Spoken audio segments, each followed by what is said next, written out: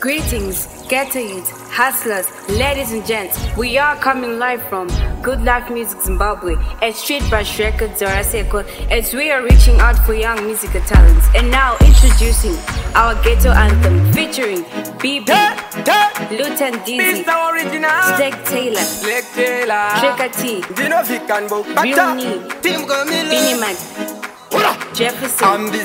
Oldman, Master Killer, Just Patter, Lion Eye, Junior, Portex,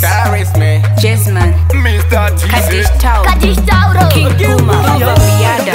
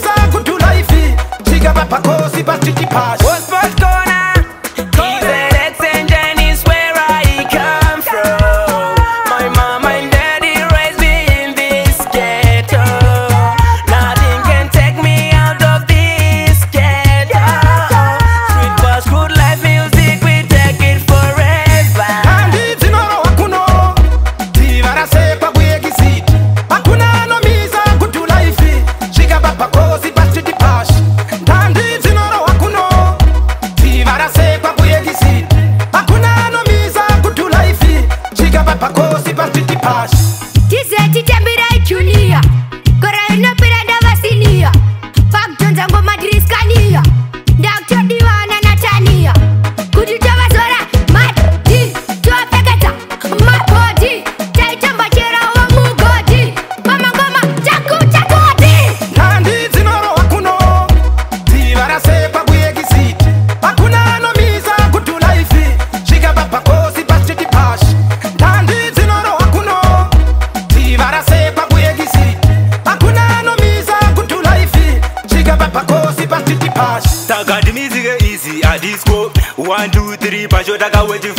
aigia uzavambe kaloni zvakwachamza tapinda tina good life kunge mwana ona mayo dizetigekere moyo mkomagudu pachibikanziyo iwondeiwe epachiboyo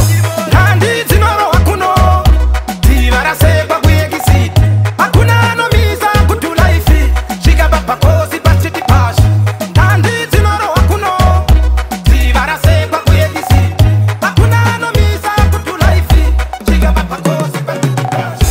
Potex, I'm from the ghetto, yeah. Good life, making hits for the fun, yeah. I'm making music for the fun and the family. We're making hits and I raise I got the hit, yeah. I'm from the ghetto, from DZ. I'm from the ghetto and they both them with DZ. The nigga tower light, I'm always in the streets, eh. And they both them on my street, I need respect and I respect the ball. Nandi zinorohwa kuno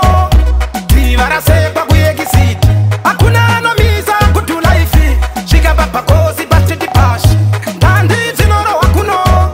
tivarasekwa kuyekisiti hakuna anomiza kudu life zvikaba pakosi pasiti pashi ande musaka manake takuda kupinda iwo vasingade komalonakidza vese voti polo pakeni takutangidza takubatidza moto mberira potmo exit yarira dzinorohwa kuno kune vasiri vekuno vanosvivira idai vari vekuno nawanale nhandi dzinorohwa kuno tivarasekwa kuyekisiti hakuna anomiza kudu life zvikaba pakosi pasiti pashi nhandi dzinorohwa kuno tivarasekwa kuyekisiti hakuna anomiza kudu life zvikaba pakosi pasiti pashi kwarira kunda waziwa kune nyau kwarira kudumpundu chiziva kune nhau kwarira biti waziwa kune dhanzi kutu achiposa ngoma batizeti exit havasati watiketawa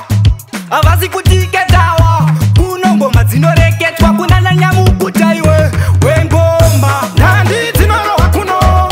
tivarasekwa kuyekisiti hakuna anomiza kudu life zvikaba pakosi pasiti pashi nhandi dzinorohwa kuno tivarasekwa kuyekisiti hakuna anomiza kudu life zvikaba pakosi pasiti pashi kutize atimira zeti kusvika bhora ravaumaneti atimira zeti kusvika bhora ravaumaneti kutize atimira zeti kusvika bhora ravaumaneti atimira zeti kusvika bhora ravaumaneti nhandi dzinorohwa kuno tivarasekwa kuyekisiti hakuna anomiza kudu life zvikaba pakosi pasiti pashi nhandi dzinorohwa kuno tivarasekwa kuyekisiti hakuna anomiza kudu life zvikaba pakosi pasiti pashi iure toribata bhora rangu ndogogeza kuvambure aure pane godo matifenda sore kaidi waure aure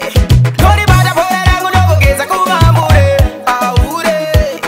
pane godo matifenda sore kaidi waure nhandi dzinorohwa kuno tivarasekwa kuyekisiti hakuna anomiza kudu life zvikaba pakosi pasiti pashi nhandi dzinorohwa kuno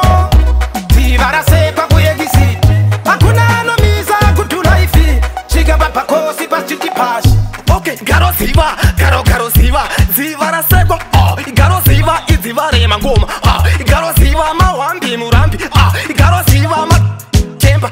garoziva saka kuno kine nawepa vanogara kuno kana kudu life ndititi vekuno tinazi vangu ipamba dzinorohwa kuno